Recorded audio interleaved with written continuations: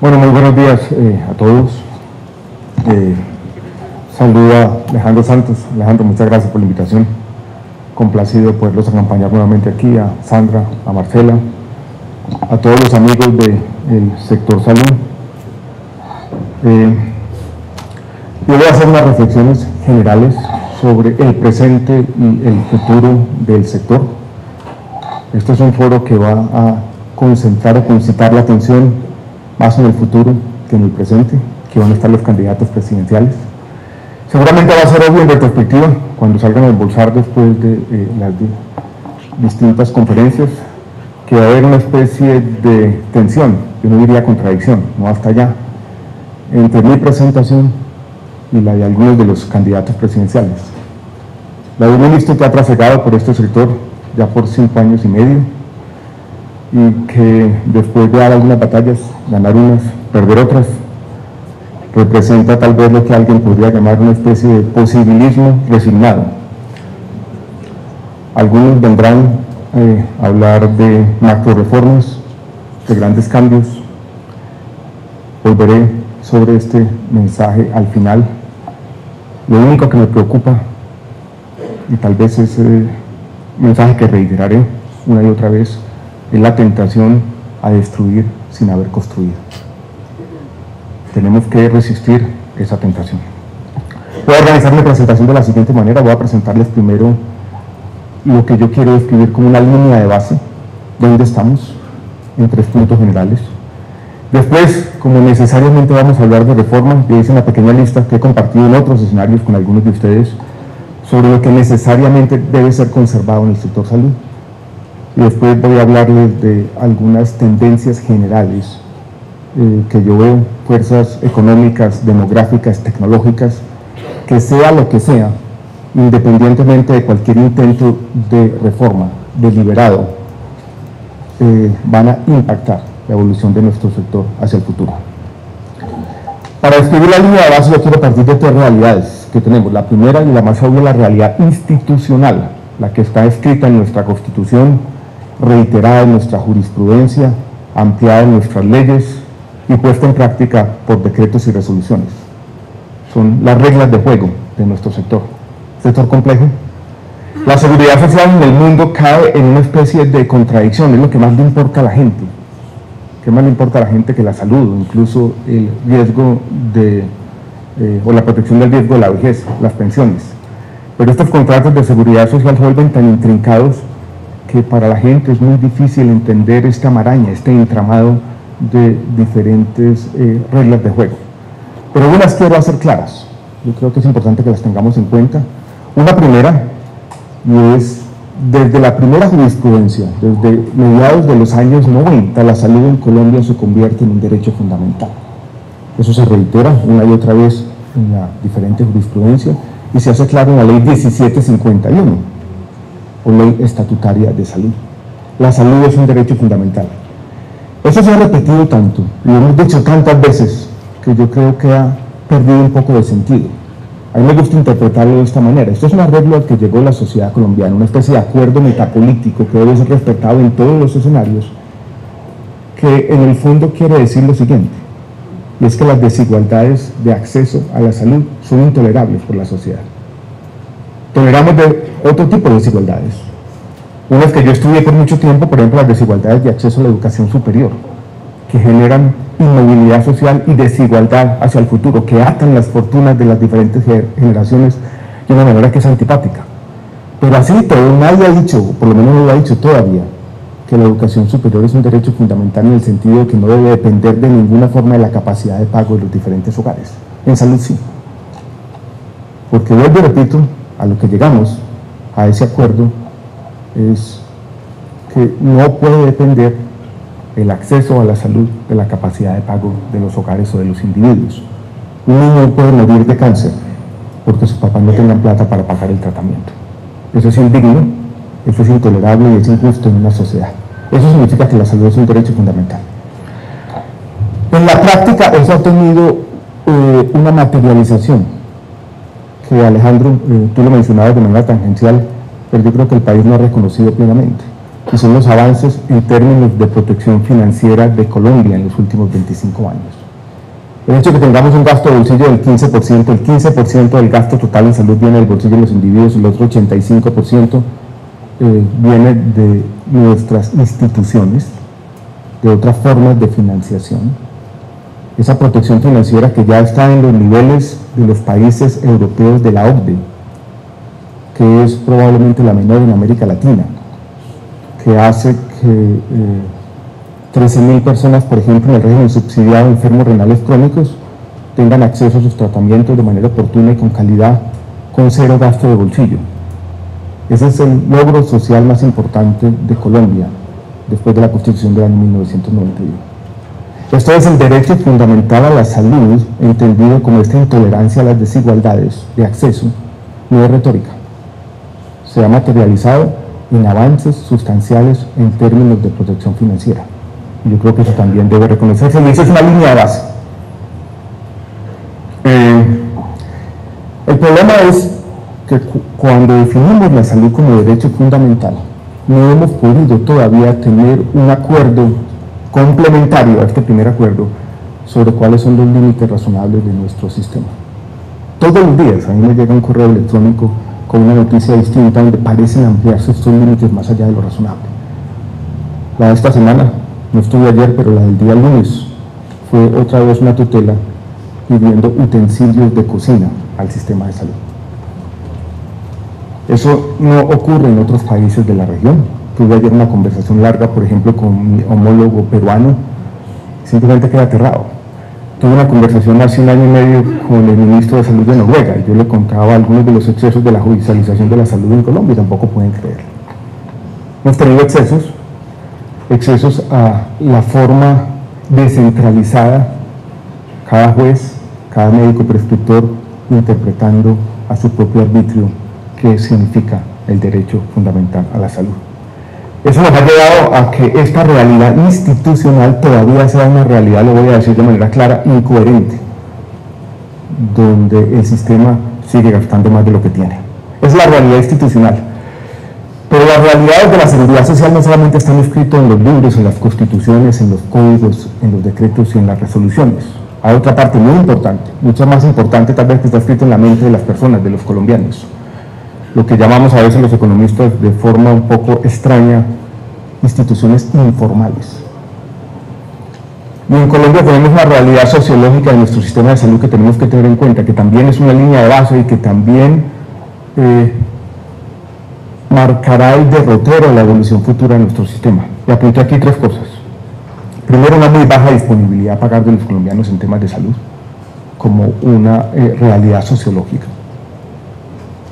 O sea, las familias colombianas están dispuestas a pagar en otros ámbitos.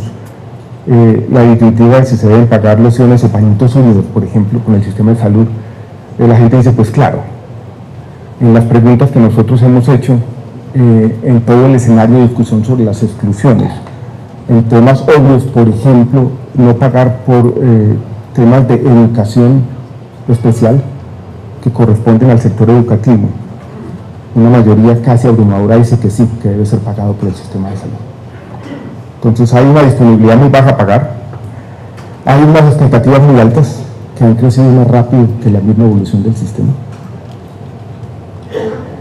y tenemos algo que ha sido tal vez una de mis frustraciones, una baja legitimidad y confianza pública en el sistema de salud, a pesar de los logros que yo acabo de mencionar. Eso nos lleva a una suerte de contradicción sobre la que yo medito casi todas las semanas, y es que los colombianos no creen mucho en el sistema de salud, tenemos que reconocerlo de esa forma, pero esperan mucho del sistema de salud. Pasa a veces con las instituciones del Estado también, cada vez se confía menos en el Estado, pero cada vez se demanda más de él. Esa realidad de nuestras democracias mediatizadas del siglo XXI se materializa de manera especialmente exacerbada y acentuada en nuestro sistema de salud. Pero cualquier ministro de salud futuro, se los dirán ustedes a los candidatos ahora, tendrá que lidiar con las altas expectativas y tendrá que seguir haciendo un esfuerzo denodado para mejorar la confianza pública y la legitimidad de nuestro sistema, que se nos perdió en medio de la corrupción. Tal vez, Alejandro, el daño más grande de la corrupción no es ni siquiera la plata que se roban, es que le resta legitimidad a todo lo que hacemos, a todo lo que decimos, a los esfuerzos importantes de nuestro país para avanzar en la equidad social y en el fortalecimiento de nuestras instituciones.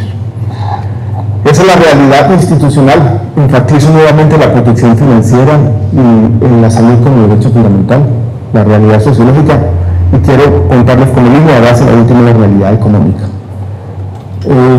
Hagamos dos columnas en esta presentación. Empecemos con los gastos, presiones de gasto en nuestro sistema de salud por aquí. La lista sería muy larga, ¿no? El envejecimiento de la población, sobre todo el envejecimiento de la población en el centro de Colombia, habida cuenta de la transición demográfica tan rápida que tuvimos en los años 60.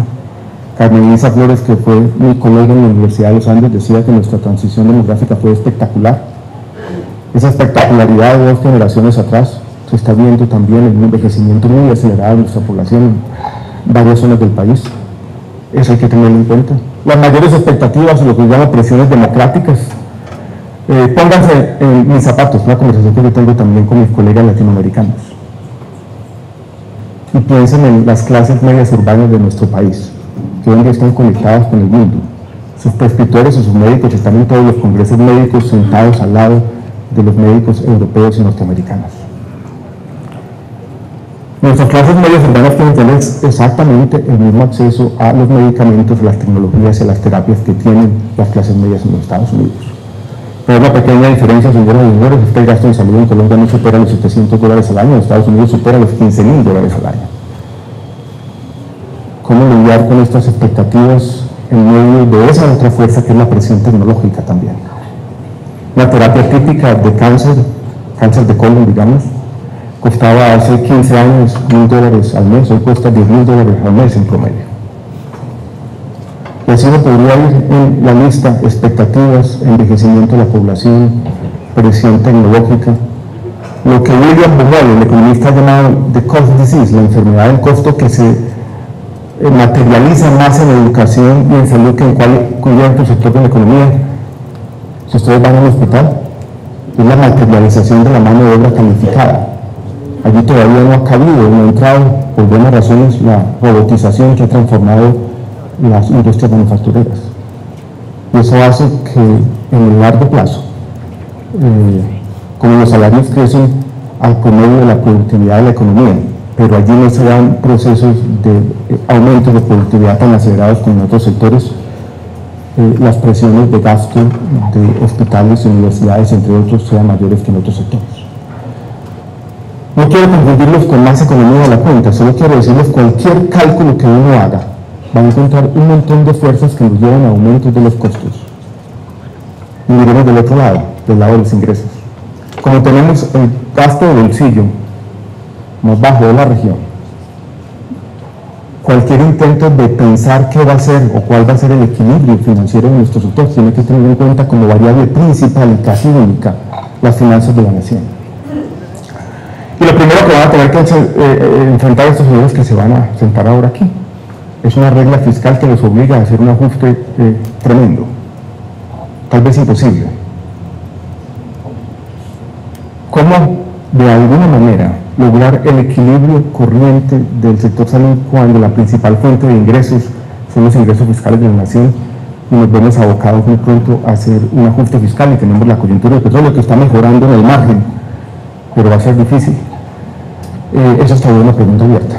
Aquí tenemos una realidad económica que es difícil, una realidad sociológica que se caracteriza por no mucha confianza pública y expectativas muy altas, una realidad institucional que parte de la salud como derecho fundamental, la protección financiera como un gran logro, pero cierta incoherencia sobre el qué, sobre hasta dónde llega y cuál es el alcance del derecho fundamental a la salud. Esa es la línea de base. Quiero describirla de esta manera, seguramente hay cosas que aportar de otro lado, pero yo creo que es importante tener en cuenta como línea de base estas tres realidades: económica, sociológica e institucional. Reformas. Yo he tratado una y otra vez, tal vez sin mucho éxito, de promover una visión del cambio social en salud diferente a la visión binaria, diciendo: el cambio es continuo, es permanente. Muchas veces tiene que ver con normas que se aprueban en el Congreso, pero otras no. Otras tienen que ver con pequeños cambios. La humanización de la que se habló. Ninguna ley nos va a llevar la humanización a los ámbitos de la salud. Son cambios culturales que se logran de otra manera. Ninguna ley nos va a construir capacidades en el territorio.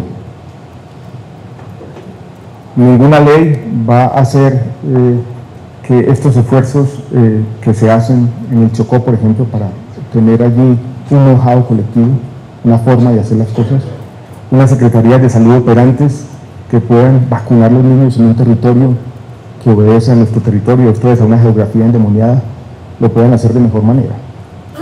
Los cambios culturales y la construcción de capacidades son esfuerzos de largo plazo, que no se resuelven mágicamente en el Congreso. Pero estamos en Colombia, y Colombia es el país de Santander, y el santanderismo significa una sola cosa, una sobrevaloración del derecho o de las leyes a la hora de pensar el cambio social. Entonces yo he querido muchas veces que seamos cautelosos y que nos concentremos más bien en trabajar. Pasar leyes es importante, pero trabajar de vez en cuando también lo es. Pero como en todo caso tenemos que pensar en la reforma, yo quiero dar algunos elementos de lo que yo llamo tendrían que conservarse.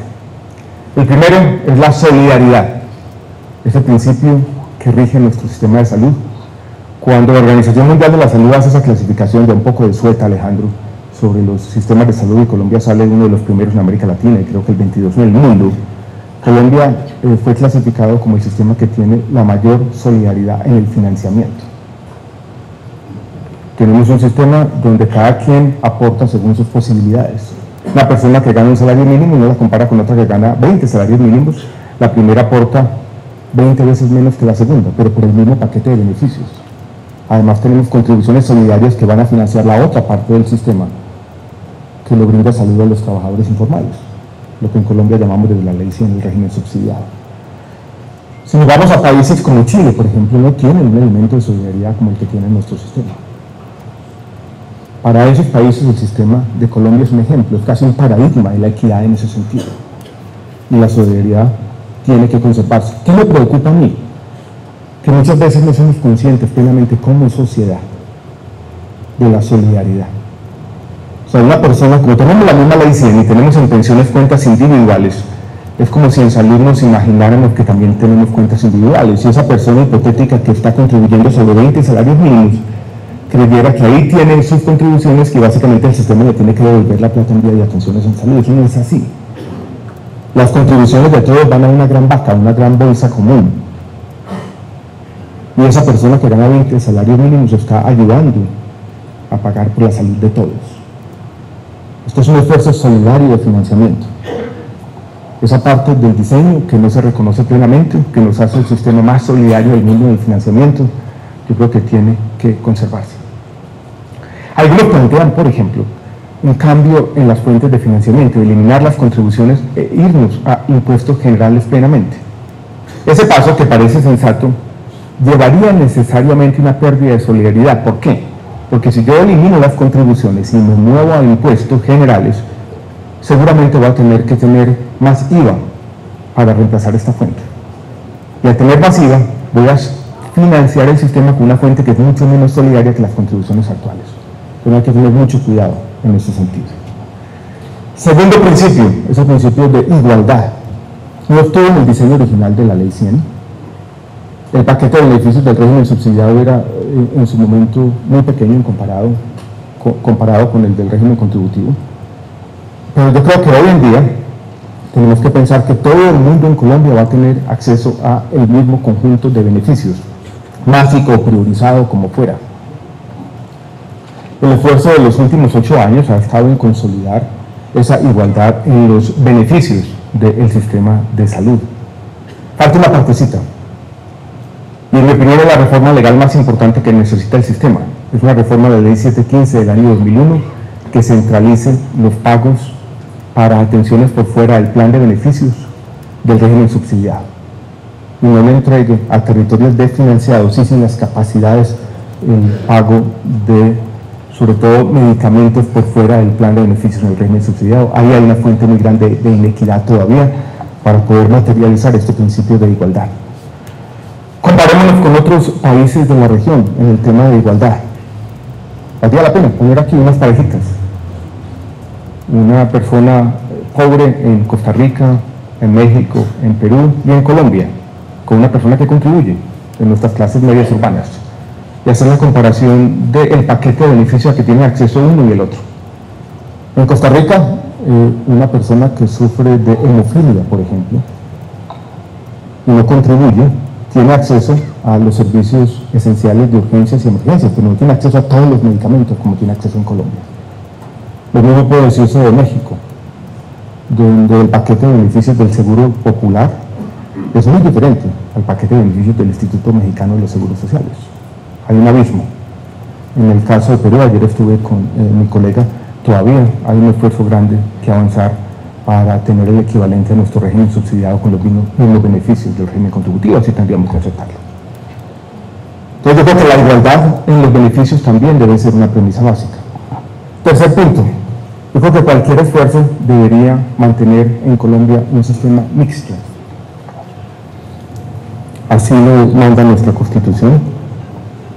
No creo en estos esfuerzos fundacionales estatistas. No creo en esta especie de premisa falsa que se dice que por la salud es un derecho fundamental, entonces el Estado tiene que asumir todas las funciones. Eso es un error. Y yo creo que la pregunta que nos tenemos que hacer a la hora de pensar en la reforma no es qué debe hacer el Estado, sino qué puede hacer el Estado. Y dónde están acumuladas las capacidades de la sociedad. Cuarto punto, yo creo que tenemos que ser más exigentes, Juan Pablo, con la garantía del financiamiento, así lo llamo yo. Si la salud es un derecho fundamental, si ya como sociedad todos acordamos que las desigualdades de acceso son intolerables, no puede ser que en las discusiones en el Congreso cada año el ministro de Salud tenga que llegar allá tímido con una carpetica a convencer al ministro de Hacienda y a los congresistas que por favor incluyan una apropiación para pagar las UPC por la población y que nos incluyan una partecita adicional para los recobros. La elaboración de los presupuestos públicos con esta nueva realidad institucional en el tema de salud debería ser como la deuda pública y las pensiones. Es que nadie pregunta. Si esta es la deuda pública que hay que pagar, consíguela en el presupuesto. Si esas son las mesadas pensionales que hay que pagar, están consignadas en el presupuesto. Ningún ministro de Hacienda pone eso en duda, porque sería una cesación de pagos. Pero lo mismo pasa para la salud. Esto es lo que sé que se necesita, consistente con lo que le hemos prometido a la sociedad, multiplique por los 50 millones de colombianos, ponga algo adicional por lo que yo llamo la protección colectiva del derecho fundamental a la salud, y eso está allí, con una inflexibilidad presupuestal. Y yo creo que tenemos que seguir trabajando y debe conservarse también, no solamente en la reflexión que hemos hecho para implementar la ley estatutaria sobre límites razonables, sino algunos de los elementos de política farmacéutica y el de la regulación de precios. Ustedes van a tener ahora una discusión sobre un tema interesante que es la competencia de biosimilares. Yo la sigo defendiendo, yo creo que es fundamental para el futuro financiero de nuestro sistema de salud, las compras centralizadas y los esfuerzos todavía incipientes de pagar por valor, el value pricing, con el que hemos trabajado con muchos miembros de la industria farmacéutica. Yo digo a veces, medio en chanza, medio en serio, que yo no creo en el diseño inteligente, yo creo en la evolución. Yo creo que eso también aplica para los cambios institucionales. A mí me parece que a veces se hacen malas preguntas sobre el sistema de salud. Una, por ejemplo, es la pregunta sobre si debe existir lucro o no. Bastaría que miráramos los datos, que consideráramos este hecho, si se quiere, paradójico. Y es que las mejores EPS, donde hay niveles de satisfacción del 80-85%, tienen ánimo de lucro. Y las peores no lo tienen. Muchas de ellas son estatales. Es un hecho, ahí están los datos. La pregunta por la intermediación, creo que ayer un noticiero de televisión hizo una pregunta sobre las EPS. Yo creo que para completar y para que esta sea una pregunta ilustrativa sobre los cambios que necesita el país, tiene que tenerse en cuenta cuál es la alternativa. Porque en el fondo, como está planteada la pregunta, no es si deben existir EPS o no, sino si queremos tener una sola, una gran EPS pública, y lo que yo conozco de los estudios que se han hecho muestran que más de 3, 4, 5 millones de personas administradas en salud ya genera a partir de ese punto grandes deseconomías de escala.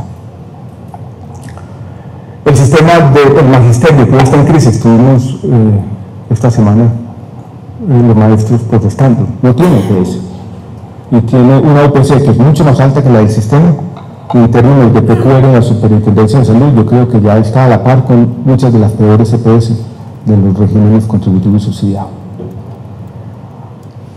Hace 3 meses largos leí un titular del Tiempo sobre el sistema de salud de las Fuerzas Armadas, sanidad militar, que tiene problemas financieros que proporcionalmente son mayores que los del Sistema General de Seguridad Social en Salud, y hay una EPS. Yo creo que caemos muchas veces en una frivolidad grande cuando decimos que tal vez es el elemento más visible, donde de alguna manera se materializan los síntomas de un problema mucho más profundo. Entonces acabemos con lo que nos están mostrando los síntomas y así se va a resolver el problema. Es una especie de pensamiento mágico el que caracteriza muchas veces la forma como conceptualizamos estos problemas. La Contraloría General de la Nación hizo un estudio reciente mostrando que la UPC equivalente para la atención de la población pobre no asegurada, aquellos que están por fuera del sistema, labor que hacen las entidades territoriales, es 3 veces la del sistema general. Esto es cuando le encargamos a la entidad territorial la atención de la población. Esa entidad territorial es tan ineficiente que le cuesta 3 veces más hacer lo mismo que se hace en el sistema general.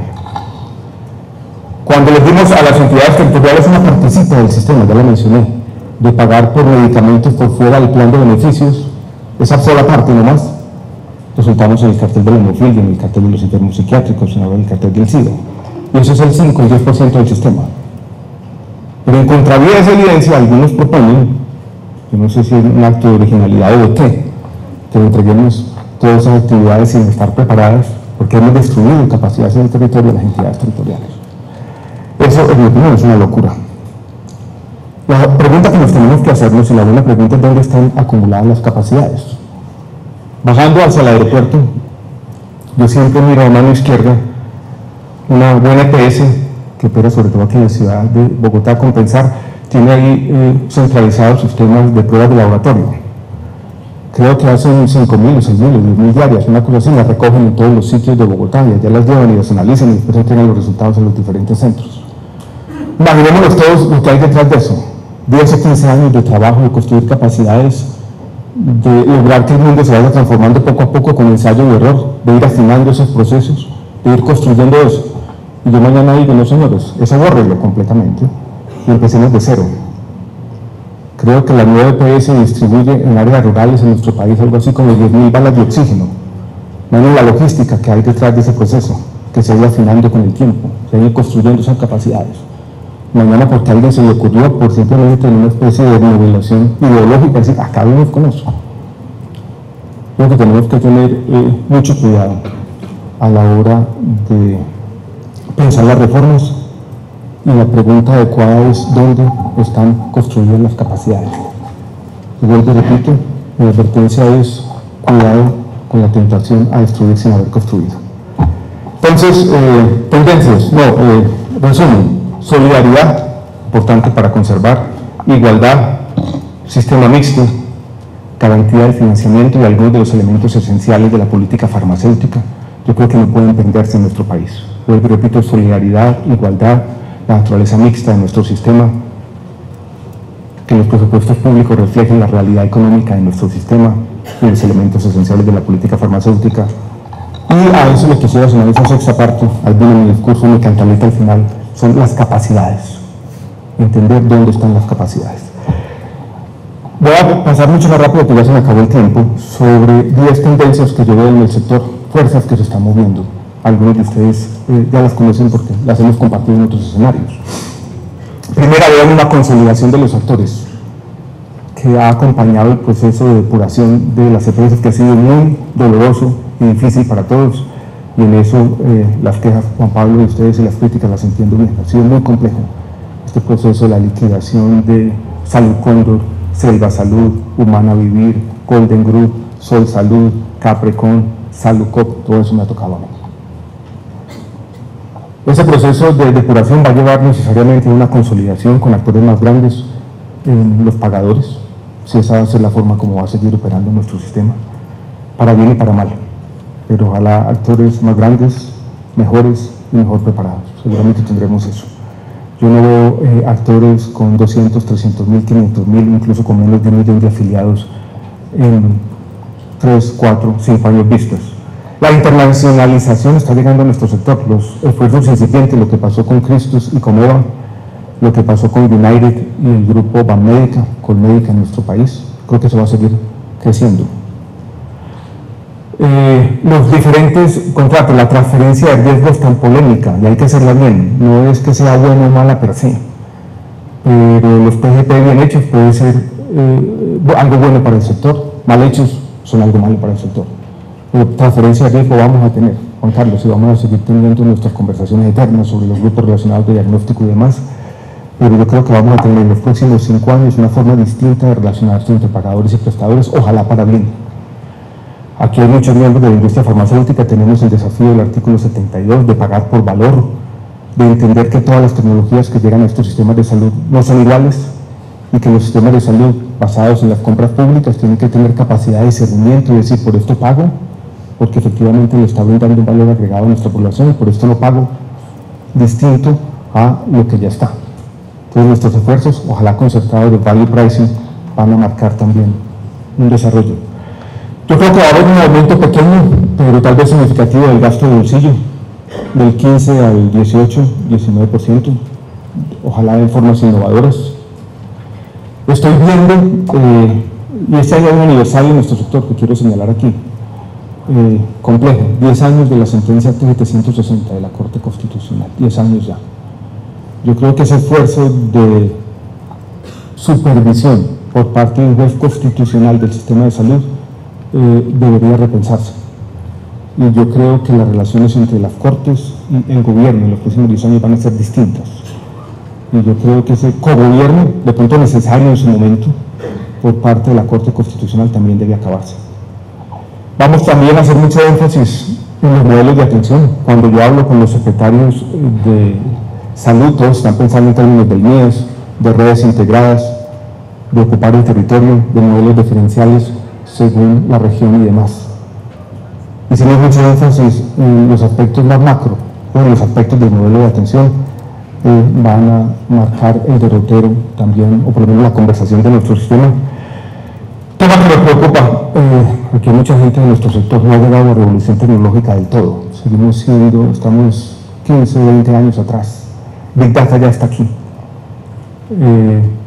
Es la forma de traer también transparencia al sector salud, y yo creo que eso va a ser también una parte importante de nuestra conversación en los próximos años, y yo creo que vamos también a tener importantes y urgentes batallas en la salud pública, etiquetado, bebidas azucaradas, mayor conciencia en la sociedad sobre las enfermedades crónicas no transmisibles que ya representan o van a representar casi el 80% de la carga de enfermedad. Una discusión más amplia, más importante, más urgente en salud pública también va a marcar el derrotero de nuestro sector. No lo voy a repetir. Este fin de semana cogí un libro al azar de mi biblioteca que había leído en bachillerato, El Señor de las Moscas, de William Golden, ¿no? Estaba leyendo. Recuerden que son estos adolescentes perdidos en una isla tratando de construir un atisbo de civilización. Y por ahí en el medio tenía una frasecita subrayada en ese libro. Y era cuando uno de los muchachos, estos adolescentes perdidos, le decía al otro, por favor, las reglas, protejamos las reglas, que es lo único que tenemos. Las reglas, según los economistas, no son otra cosa que las instituciones. Y el mensaje que yo quiero dejar al terminar es que tenemos que proteger nuestras instituciones, nuestras reglas de juego en nuestro sector, que hemos construido con mucho esfuerzo. Acabarlas completamente en un afán de borrón y cuenta nueva no solo sería un error, no solo sería una equivocación, sino creo que sería una suerte de suicidio colectivo, de actos de autodestrucción que yo creo que no tiene sentido. Entonces, perdón por el tono un poco cantaletoso, pero yo creo, y ese es el mensaje con el que termino, que tenemos que seguir reformando nuestro sistema de salud en el margen. Yo creo en el posibilismo, en la forma de seguir avanzando el cambio social, pero también tenemos que hacerlo con respeto a lo que hemos construido con tanto esfuerzo. Un abrazo grande a todos.